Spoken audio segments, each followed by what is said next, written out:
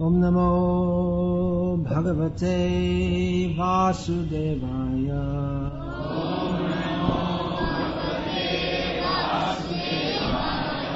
Om Namo Bhagavate Vasudevaya. Om Namo Bhagavate Vasudevaya.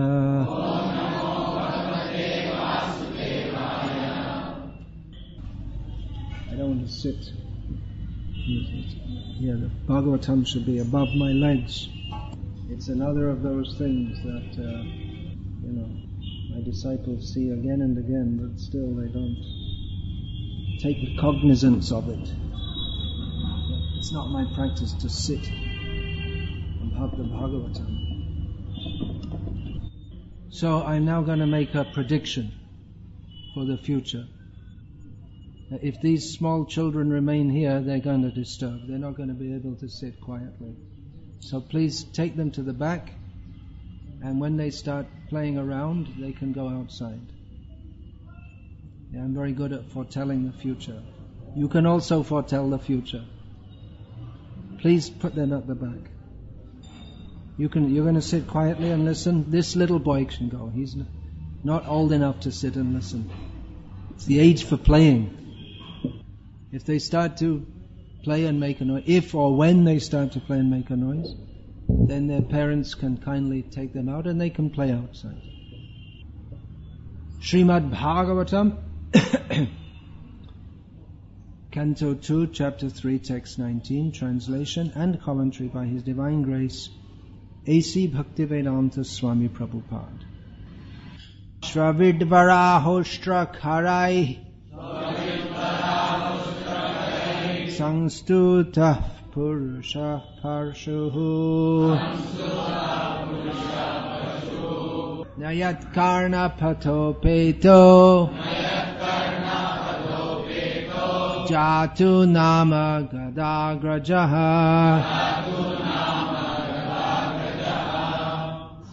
Translation.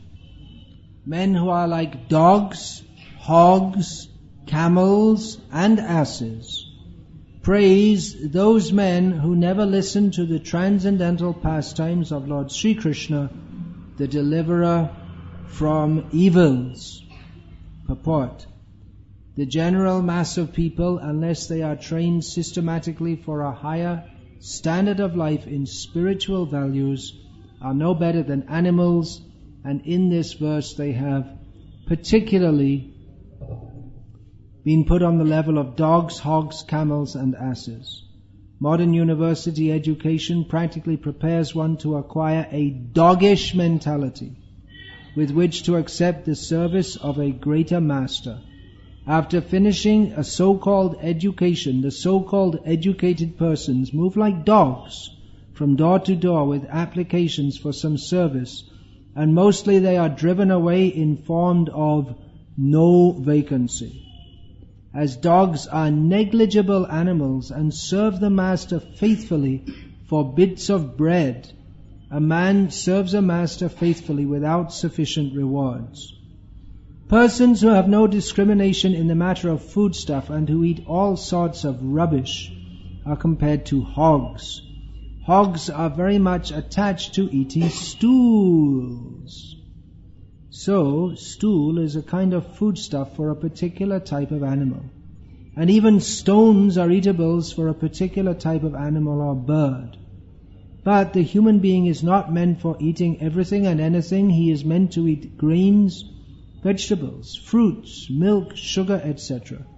Animal food is not meant for the human being. For chewing solid food, the human being has a particular type of teeth meant for cutting fruits and vegetables. The human being is endowed with 2 canine teeth as a concession for persons who will eat animal food at any cost. It is known to everyone that one man's food is another man's poison. Human beings are expected to accept the remnants of food offered to Lord Sri Krishna, and the Lord accepts foodstuffs from the categories of leaves, flowers, fruits, etc.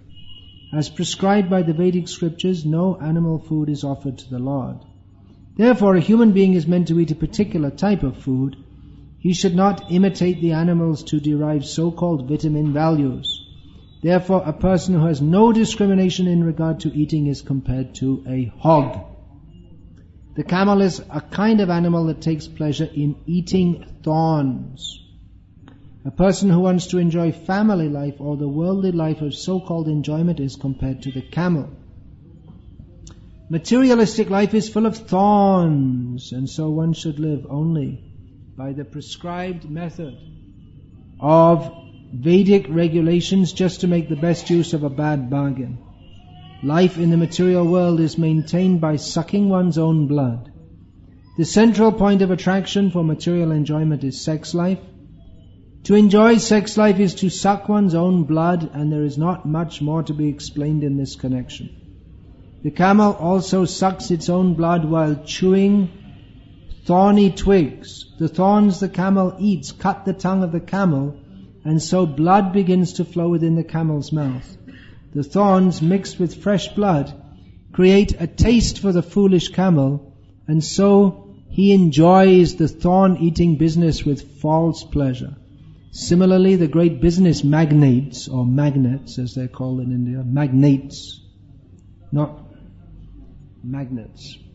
Industrialists who work very hard to earn money by different ways and questionable means eat the thorny results of their actions mixed with their own blood. Therefore the Bhagavatam has situated these diseased fellows along with the camels. The ass is an animal who is celebrated as the greatest fool even amongst the animals. The ass works very hard and carries burdens of the maximum weight without making profit for itself. And at this point there's a footnote, quite a long footnote. Human life is meant for earning values. This life is called arthadam, or that which can deliver values. And what is the greatest of value of life? It is to return home, back to Godhead, as indicated in the Bhagavad-gita. One's selfishness must be aimed at the point of going back to Godhead. The ass does not know his self-interest, and it works very hard for others only. A person who works very hard for others only, forgetting his personal interest available in the human form of life, is compared to the ass. In the Brahma Vaivarta Purana it is said, Ashiting Chaturash Chaiva Lakshang Stan Jiva Jatishu Brahmadbhi Purushai Prapyang Manushang Janma Parayayat Tadapya Bhalatang Jata Tesham Atma Bhimaninam Varakarnam Anashritya Govinda Charana Dvayam. The human life is so important that even the demigods in the higher planets sometimes aspire for a human body on this earth, because in the human body only one can easily go back to Godhead, in spite of having obtained such an important body. If one does not re-establish his lost eternal relation with Govinda, Lord Krishna, he is certainly a fool who has forgotten his self-interest. This human form of material body is obtained by a gradual process of evolution to one body after another in the cycle of 8,400,000, 84 lakh, varieties of life. And the poor man, forgetting this importance for his own interest, involves himself in so many illusory engagements for uplifting the position of others as a leader of political emancipation and economic development. There is no harm in trying for political emancipation, Telangana, or economic development, but one should not forget the real aim of life. All such philanthropic activities must be dovetailed to returning to Godhead. One who does not know this is compared to the ass who works only for others without their or his own welfare in mind. So return to the main text. The ass is generally engaged by the washerman, whose social position is not very respectable. And the special qualification of the ass is that it is very much accustomed to being kicked by the opposite sex. When the ass begs for sexual intercourse, he is kicked by the fair sex, yet he still follows the female for such sexual pleasure. A henpecked man is compared therefore to the ass. The general mass of people work very hard, especially in the age of Kali. In this age, the human being is actually engaged in the work of an ass, carrying heavy burdens and driving tela and rickshaws. The so-called advancement of human civilization has engaged a human being in the work of an ass. The laborers in great factories and workshops are also engaged in such burdensome work, and after working hard during the day, the poor laborer has to be again kicked by the fair sex, not only for sex enjoyment but also for so many household affairs. So, Srimad Bhagavatam's categorization of the common man without any spiritual enlightenment into the society of dogs, hogs, camels and asses is not at all an exaggeration. The leaders of such ignorant masses of people may feel very proud of being adored by such a number of dogs and hogs, but that is not very flattering.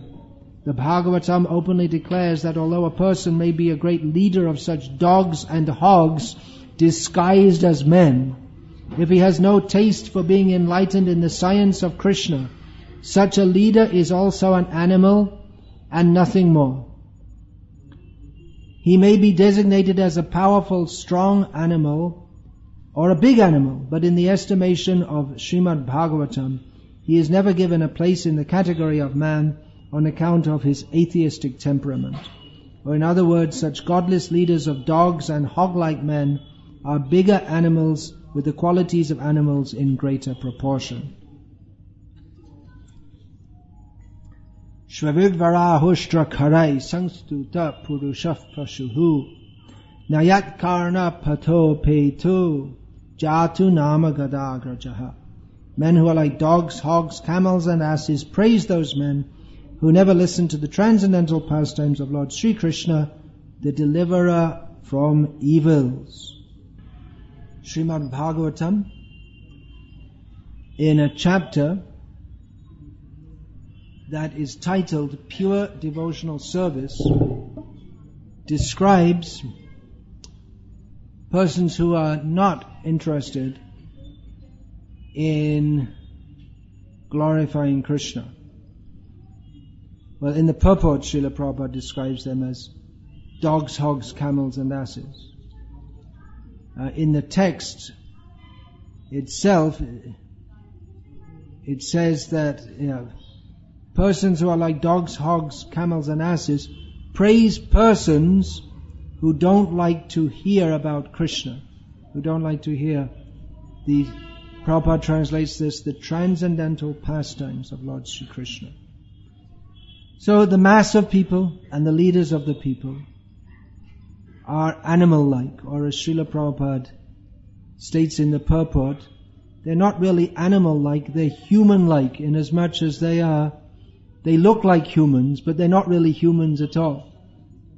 Prabhupada here doesn't say that the people are like animals. He says that there are certain animals who are like humans. And these are the common people, or most of the people of the world. They're not really humans at all. And actually in the Sanskrit itself, it doesn't say like. It doesn't say persons who are like. It's directly says that hogs, dogs, camels and asses praise those who don't like to hear about Krishna, in which the name of Krishna never entered their ears, or they never accepted to hear about Krishna. So such persons are praised. They think, oh, so many people are praising me. Sports hero, political hero, national hero, or whatever. They're very cinema hero. So they're very concerned with being praised, or they think it is something praiseworthy to be praised, but it's not praiseworthy to be praised by a dog, to be licked by you see the dog, he wags his tail. and licks someone out of affection. If you give a dog some piece of bread, the dog will wag his tail, and in the Western countries they allow the dogs to lick them also. The dog will and say, "Oh, how nice. The dog loves me." He doesn't love you, he loves the bread. You're such a fool that you think that he loves me. So the description is given. The dog. Well, actually, in any culture of the world, if you call someone a dog, it's an insult. They have the dog show. Now they have dog shows in India to see who's got the best dog.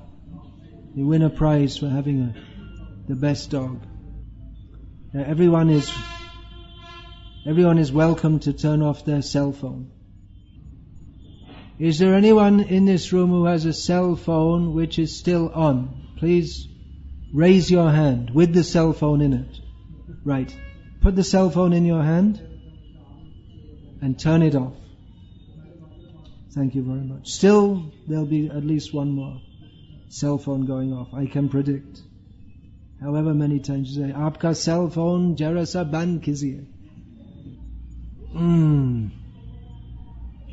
The dog is, they have a dog show to show who's got the best dog. And what kind of prize is that? People are very, my dog won a prize.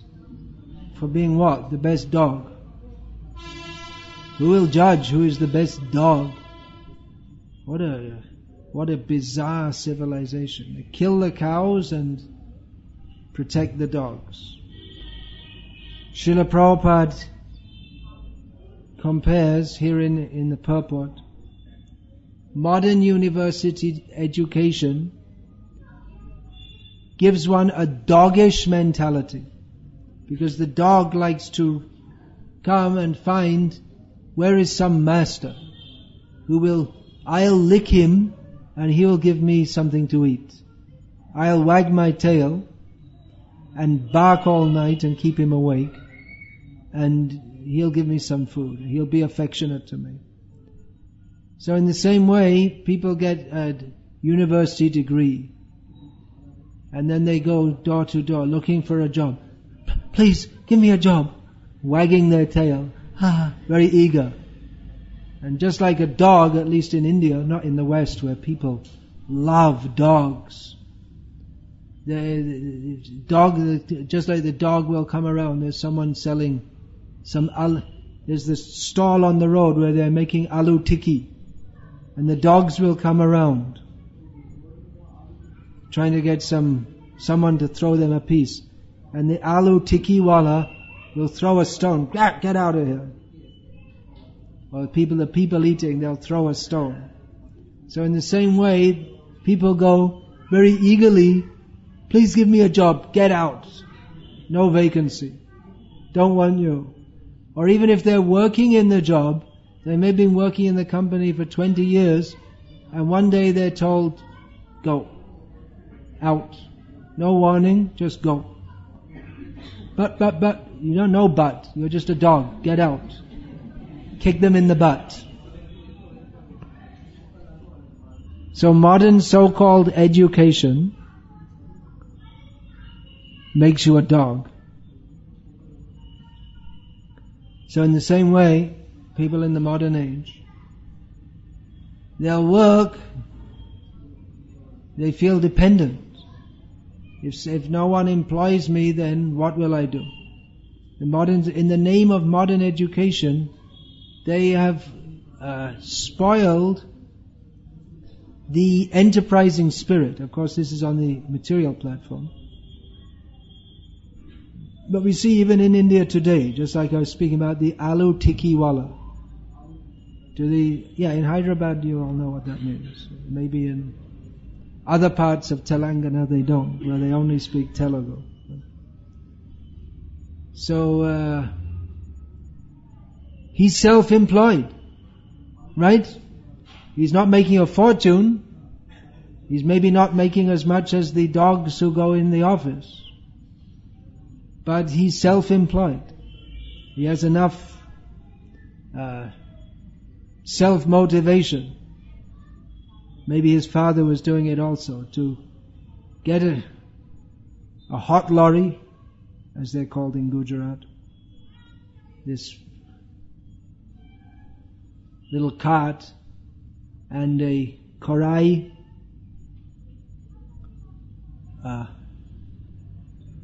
cooking pot, and some oil, and get his paraphernalia together every day, buy some aloo, or every few days, and cook it and sell it. And in this way he maintains his family.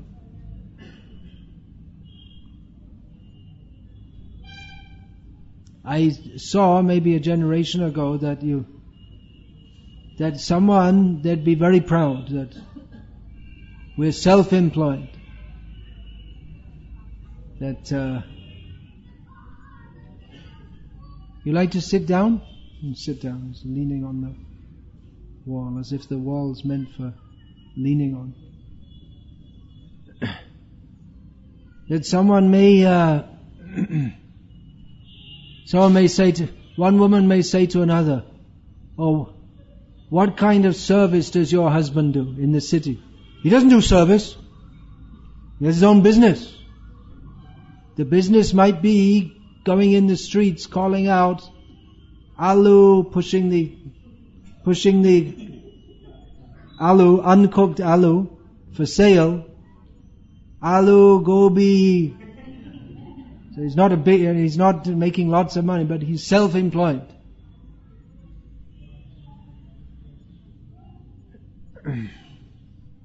Srila Prabhupada, he didn't like this mentality that everyone has to study and go and get a job. He was never employed, actually, Prabhupada. Just for a short time. We're talking about his family life. His father gave him an education, in modern education. And then Prabhupada Srila Prabhupada's father arranged for him to be placed in some company. But after a short time, Prabhupada came out and did his own business. He's, after all, from a businessman's family. His father was a businessman by occupation. So they felt some pride. That not that I can't live unless someone employs me. But in modern life, there's not much scope for self-employment. Increasingly so. The society is set up that everything is run by big companies, and they don't even allow you. The time will come in India as they become more progressive, where there won't be any aloo tikki wale on the street, or any other kind, because they'll ban it.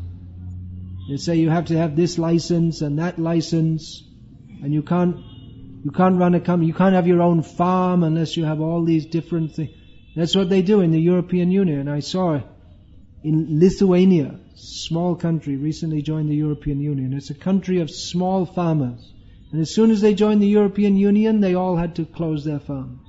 Because they said you have to have this, you have to have the barn at least this size, and they can't afford to build a huge barn. They don't need a huge barn.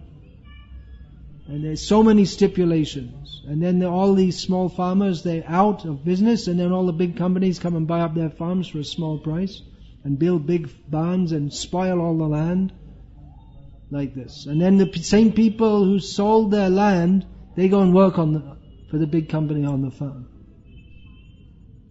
So modern society, not modern society, all of human society since time immemorial has been exploitive.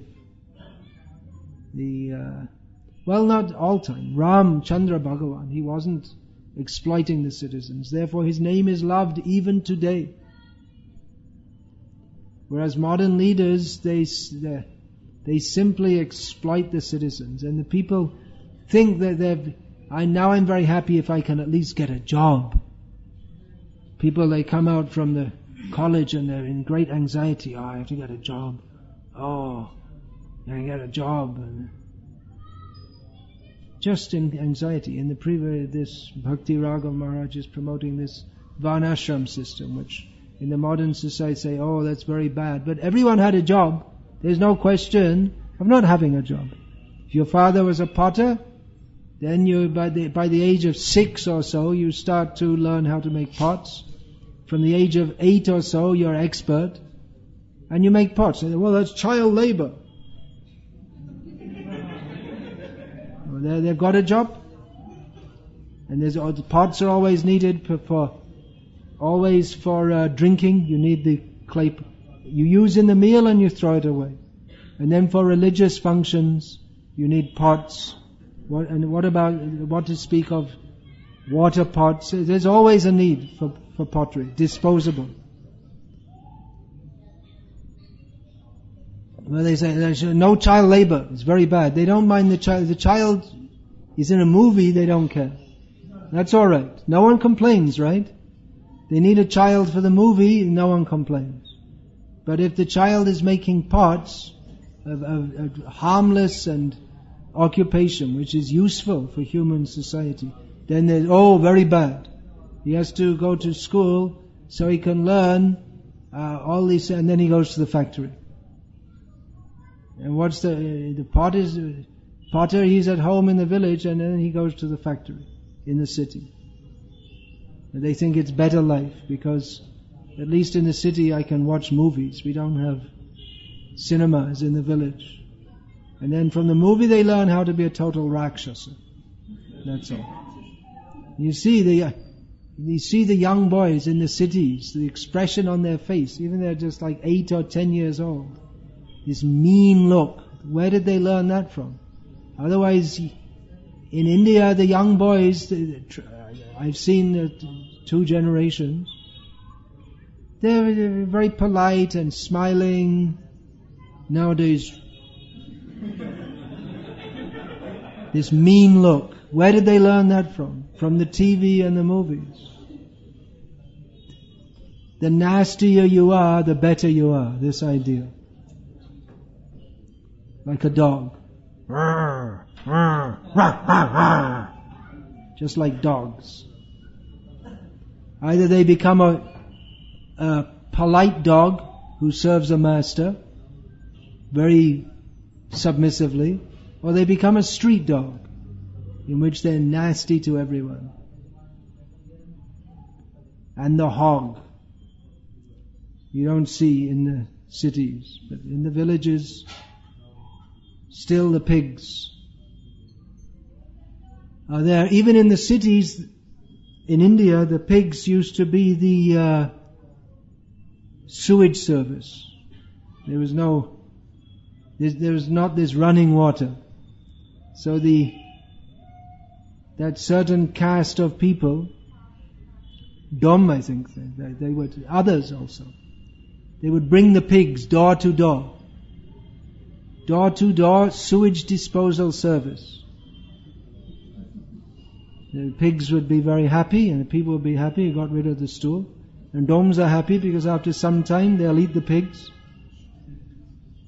Everyone's happy. There are still Hindus in Pakistan. Most of them were from that caste, because the Muslims, when they were killing and driving everyone else out, they said, "You stay, because we don't want to do that." So they were killing everyone else. They said, "You stay. We're looking after you." They didn't want to take the pigs. They knew they'd have a problem if they didn't let that caste of people stay. So who wants to be a pig? It's a nice life. You see, you get fresh food every day, and you become very healthy and fat, and unlimited scope for sexual enjoyment, and it's nice. You see the pigs, they're wagging their tail, they're always very enthusiastic. They see some stool, they'll trot up. Happy life.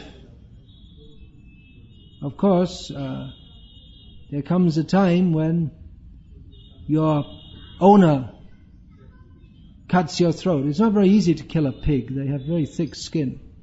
So the pigs, they scream. They sound just like children, actually. So very human-like screaming as they're caught. Yeah, they have to catch them and then And they know, now I have to die. Pig's life. Who would like to be a pig? Anyone? I didn't see anyone put their hand up. No? Well, according to Bhagavatam, most of the people already are pigs. They're just disguised as human beings, that's all. Dogs, hogs, camels. We don't see camels here. You don't see them. You'd think they might be here because it's a very dry climate. You'll see in Gujarat, Rajasthan, in those areas, there are plenty of camels. So the special feature of the camel is that he likes to eat thorns. It's not just something written in the Bhagavatam, it's a fact. And then the thorns, naturally if you chew thorns, then blood will flow from your mouth. And they like that. Oh, nice flavor. My own blood. They're enjoying the flavor of their own blood. So, the camel disguised as a human being, how is that he's a camel? Because people like to indiscriminately enjoy sex, which means they are expending their blood in the form of discharges. And in this way their physical strength becomes depleted. But they think, oh, it's very nice. They're enjoying. And the ass, that's another insult. To call someone in any part of the world, to call someone a dog or a pig, you pig. Or in India it's suaka bacha. It doesn't sound as bad to me as it does to you because it's my third language. In most languages in India, it's a very bad insult to be the son of a pig. Well, everyone's suaka bacha according to Bhagavatam. So don't feel bad. You're not the only one. Everyone is like that. Son of a pig, for those who might not understand my vulgar Hindi. You're the son of a pig. Or to call you ass. If you call someone a dog, it's very rude. It means that you have very low opinion of them. If you call someone a pig, you usually call someone a pig if they're very greedy or very dirty. And if you call someone an ass, it means because they're stupid. So you have to choose your terms of insult according to time, place and circumstance. If you call someone a camel, well, here people would have to think about it because you don't see camels much. Who's seen a camel in this lifetime? Most of you. When you went to Vrindavan, maybe? Is it here? You won't see them. Not in this area. So you don't call people a camel, generally. You call someone an ass, it means they're stupid. Because the ass,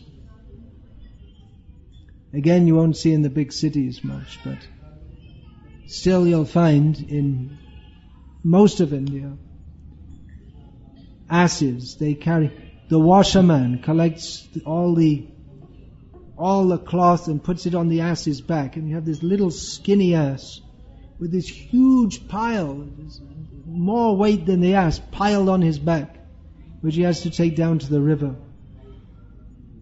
Or sometimes for construction or such purposes, the asses, they have to carry rocks. They put leather bags on both sides of their spindly back. Spindly means thin and with the bones sticking out. And those bags are filled with rocks, very heavy, and the ass carries them. And what for? So he thinks that, well, I have to do this, and then at the end of the day, my owner will give me some grass. But the grass is everywhere. He doesn't have to work like that. But he's such an ass, he thinks that he has to. And another feature of the ass, as Srila Prabhupada describes here, is that when the ass approaches the she-ass for the same pleasure that the humans approach the male humans approach the she-humans, for the same enjoyment, the ass gets kicked in the face by the she-ass, just to show that I'm an ass too. So he has to suffer like that. So the human being, or rather the ass disguised as a human being, he works so hard. Think, I have to work so hard. I have to work 15 hours a day, 16 hours a day, so I can maintain my family, I can get some food. But it's not required to work so hard. People will leave the village and go to the city and work hard to get what they can get very easily in the village. But they think I'm better off because I have an electric fan here in the city and I can go to the movies. And if I get enough money, I can buy a motorbike so I can go to work and get in the traffic and get nicely polluted. Breathe in all the pollution. So the ass is a fool, and this another feature of the ass is that he gets kicked when he goes for sex. So in the same way, the man maintains a wife, and she may give him such a hard time, but still, he has to accept the kicks so he can get his enjoyment, which is his only enjoyment in life. Just like the ass, all day carrying heavy weights. And then, at the end of the day, the enjoyment, but even to get that, he has to be kicked first. So like that, the human being, the ass disguised as a human being, is working hard all day, and he comes home and he thinks, now I can enjoy. But wait a minute, before you enjoy, you have to I have to enjoy also. I'll enjoy calling you an ass. So the wife will harass the man in this way. So like this, the animals are compared to human beings, or the human beings, supposed to be human beings, are compared to animals. Monkey also. It's not mentioned here, but it's another insulting term, monkey. Especially you may say that to a child who's just like a monkey, running here and there and making a mess of things. So human beings, they can be like monkeys also. Srila Prabhupada in one purport compared some of his disciples to monkeys. He said that some of his disciples are like monkeys. The human beings who, they just have sex unrestrictedly, they're like monkeys. And some of my disciples, they come to me, then they go back and again they become monkeys. They think it's better to enjoy unrestricted sex than to be a devotee. So there are many comparisons with the animals.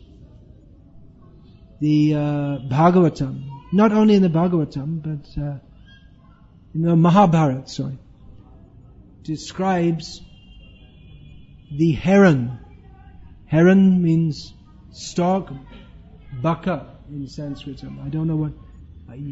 Again, you won't get in Secunderabad. Maybe you won't get much in Andhra Pradesh at all, because they'll go. It's a crane is another word. They have long legs and they have long beak, and they stand at the edge of a pond.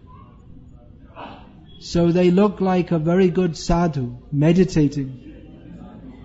So some sadhu who's meditating, but just like the heron, he's meditating, he's looking at the water, you see? Very peaceful.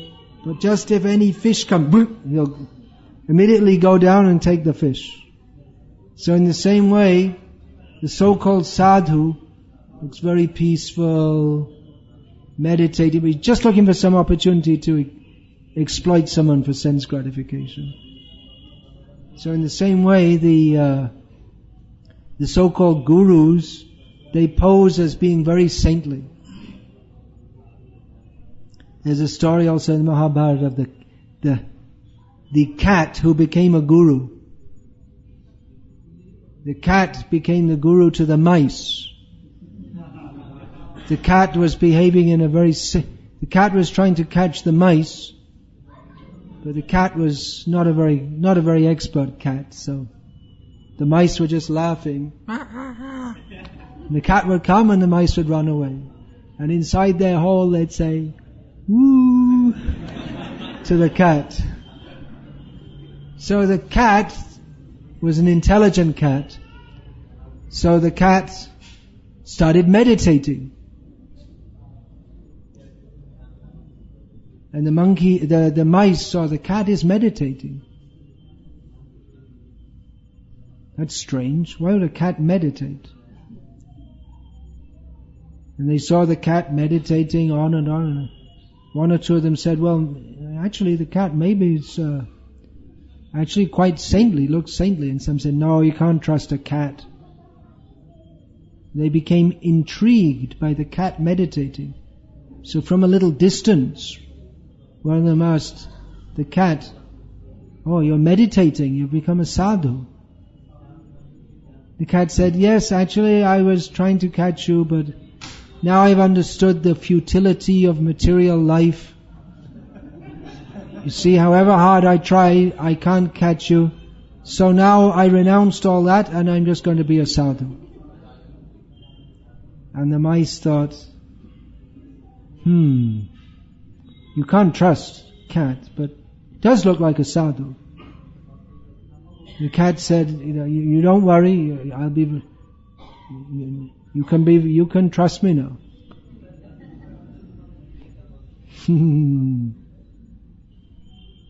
So some of the mice, they thought, actually, we should learn to meditate also. Human life, mouse life is meant for God realization. So the cat taught them, alright, you all line up in a row. You meditate with your eyes closed. You say, Om, Om, Om. You meditate, the cat, count one. Quickly, swallowed it. Om, Om. And all the mice said, oh, it's very nice. And then they all, okay, you can open your eyes now. Tomorrow we'll have another meditation session. Said, oh, that was good. I feel really spiritual. They all went back. And so one of us is missing. What happened? Don't know. Maybe levitated and went back to Godhead. You never know. So someone said, well, maybe the cat did. Oh, don't say anything wrong about the cat. The cat's our guru. So like this, they noticed that day by day, their numbers were decreasing by one. They were feeling very spiritual, but they noticed the cat was becoming fatter and fatter every day. And eventually they realized, when there were only a few of them left, it's going to be me tomorrow. I think I'm going to stop meditating. It's dangerous business, meditating. So the cat, in this way, became a guru for exploiting the disciples. You'll see the crocodile also. The crocodile, if you see his mouth, it's like smiling a little bit, isn't it? At the end it's curled up like that. Smiling. Oh, how nice. I'll open my mouth and smile and catch you. So all these animals, human beings, they have the same traits, because actually in the material world every living being is here to exploit others. It's the world of the cheaters and the cheated. And no one has any good qualities unless they surrender to Krishna. So this language is used here in the Bhagavatam, as Srila Prabhupada writes, it is not at all an exaggeration. In fact, sometimes we think that calling the human beings an animal is an insult to the animals. Because in some ways the animals are better than the human beings. At least they don't abort their own children. They don't engage in, the animals don't indulge in wanton violence, vrita-hingsa, meaningless violence. It's just like they have all these wars. Now there's this agitation for Telangana and people committing suicide. It's meaningless. I mean, just like they had the agitation for Indian independence, so they got independence from the British. So instead of the mass of people being exploited by the British, now they have the satisfaction of being exploited by their own countrymen. And then so you can pay so much taxes and everything to set up a new Telangana state, so these leaders they can exploit you, that's all. Instead of the Andhra people exploiting you, the Telangana people will exploit you, that's all. So it's all madness. Human life is meant for, we say human life is meant for God realization, but first of all, human life is meant for being a human being. That's the first thing. There's no question of God realization unless one is a human being. First of all, one has to be a human being. Not a dog, hog, camel, ass, crocodile, monkey. One actually has to become a human being. People in the modern age, they're not even humans. They're so foolish. Whatever nonsense they see on TV, they simply imitate that. And no one thinks, what is their actual self-interest? They don't think that I have to die soon. And what will happen after that? Well, we can tell you what will happen. You'll become a hog, a dog, a camel, or an ass. Unless you stop being a hog, dog, camel, and ass in this lifetime and chant Hare Krishna and utilize the human form of life properly. So, this is Srimad Bhagavatam. Srimad Bhagavatam describes the highest goal of life, but to distinguish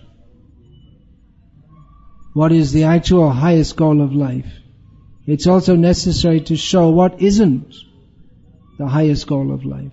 So Srimad Bhagavatam describes the beauty of Krishna, the exchanges between Krishna and his devotees.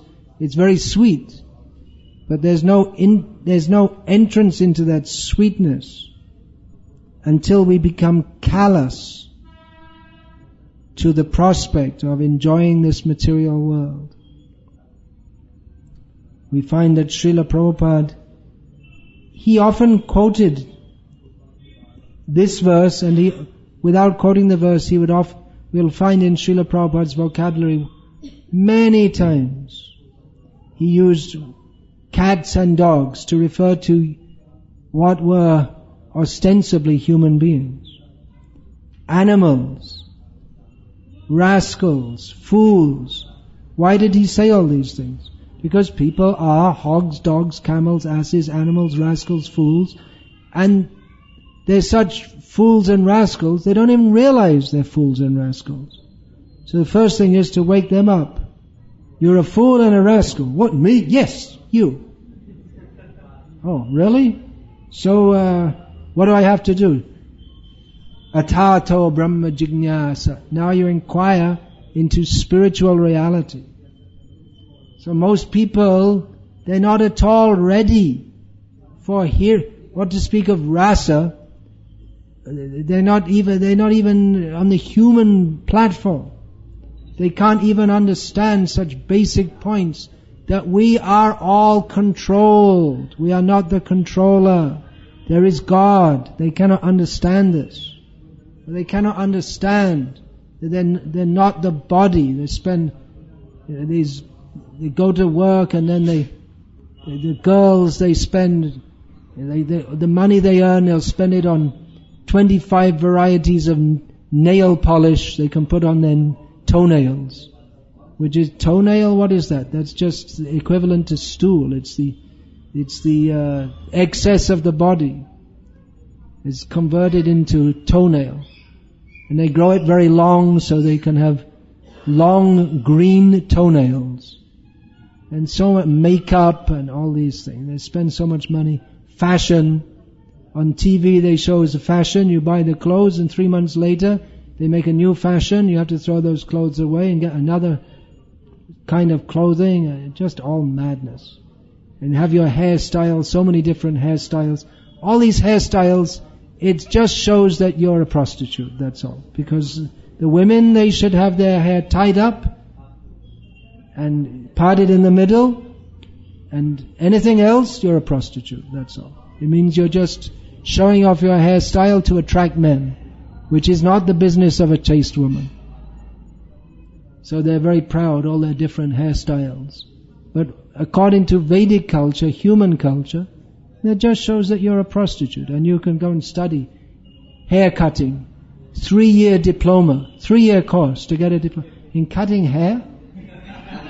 Really? What was that? Who was that telling me? Mahashringa. His daughter's completing her course to be a company secretary. 4-year course. Is it really so complicated? 4-year course, how to be a company secretary? Why did they make things so complex? Well, I guess haircutting diploma, then you can maybe get a job as a hair cutter. Whereas the barber, he's there in the village, they just call him. No time for cutting hair. Or they on the street, clip, clip, clip, clip, clip. When I was a kid, they had this system, they put this bowl on your head, and whatever they cut around that, finish, that's all. No 3-year course. Not necessary. Now we have a system, we just keep a little thing in the middle and shave it all. Very nice. Good fashion. No need of, it's not that we have, one piece of hair dyed green sticking out here, another piece dyed purple sticking out here, as they've made fashions in the West. How bizarre. That was the fashion in the 1980s among certain kinds of people. All madness. Modern civilization is simply madness. But this here, Bhagavatam, is not even talking about modern civilization. This is talking about anyone who's not a devotee of Krishna. Even you'll find they may be rishis, or they may be respectable kshatriyas, but according to Bhagavatam, if they're not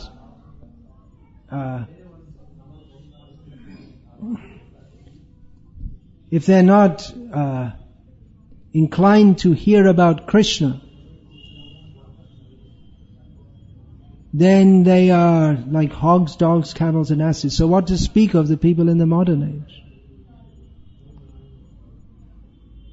So this is required for preaching. Of course, for preaching we may say to people, you're very great, you're very good. But when we get their attention, well, yeah, you're a very great ass, we can tell them. Because you're spoiling your human form of life.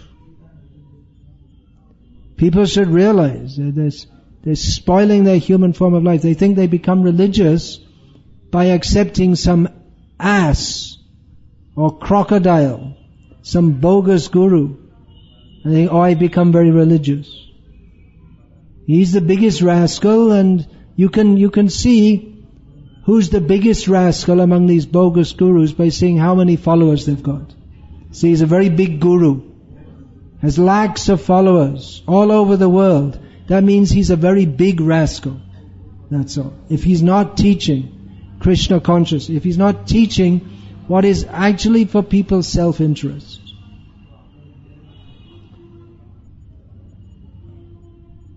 So did you all know that was in Bhagavatam? Maybe you didn't know. Maybe you thought they were just stories of Krishna. This is Bhagavatam.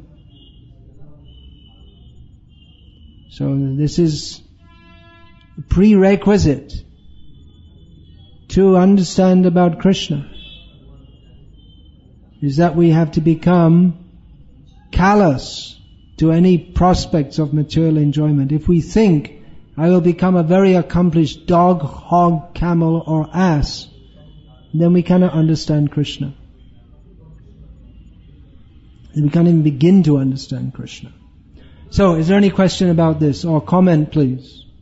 Human-like comments are welcomed.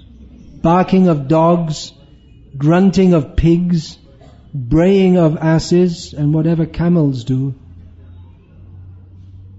is not desired. What noise does a camel make? Anyone know? In English, what is it?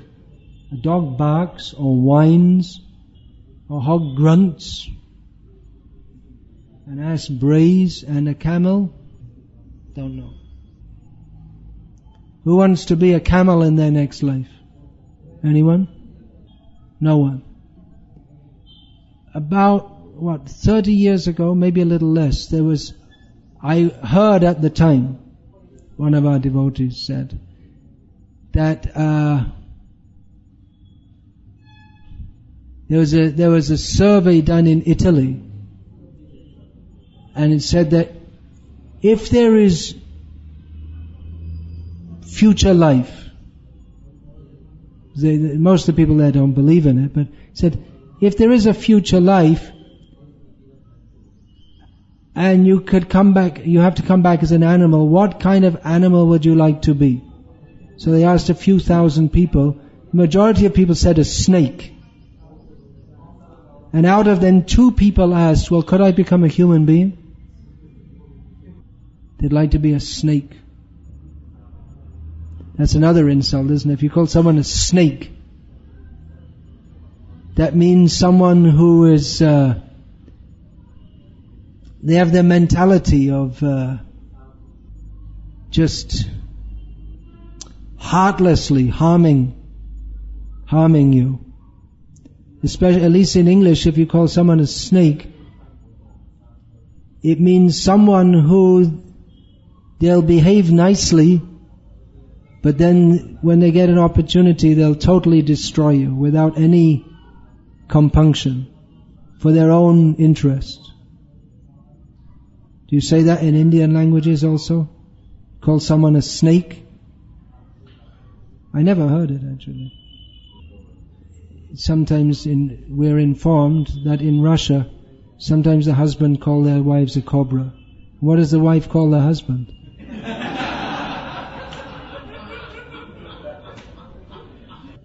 This we don't want to emulate. Let the Russian class is still going on, so please keep your cell phones off. This we don't want to emulate.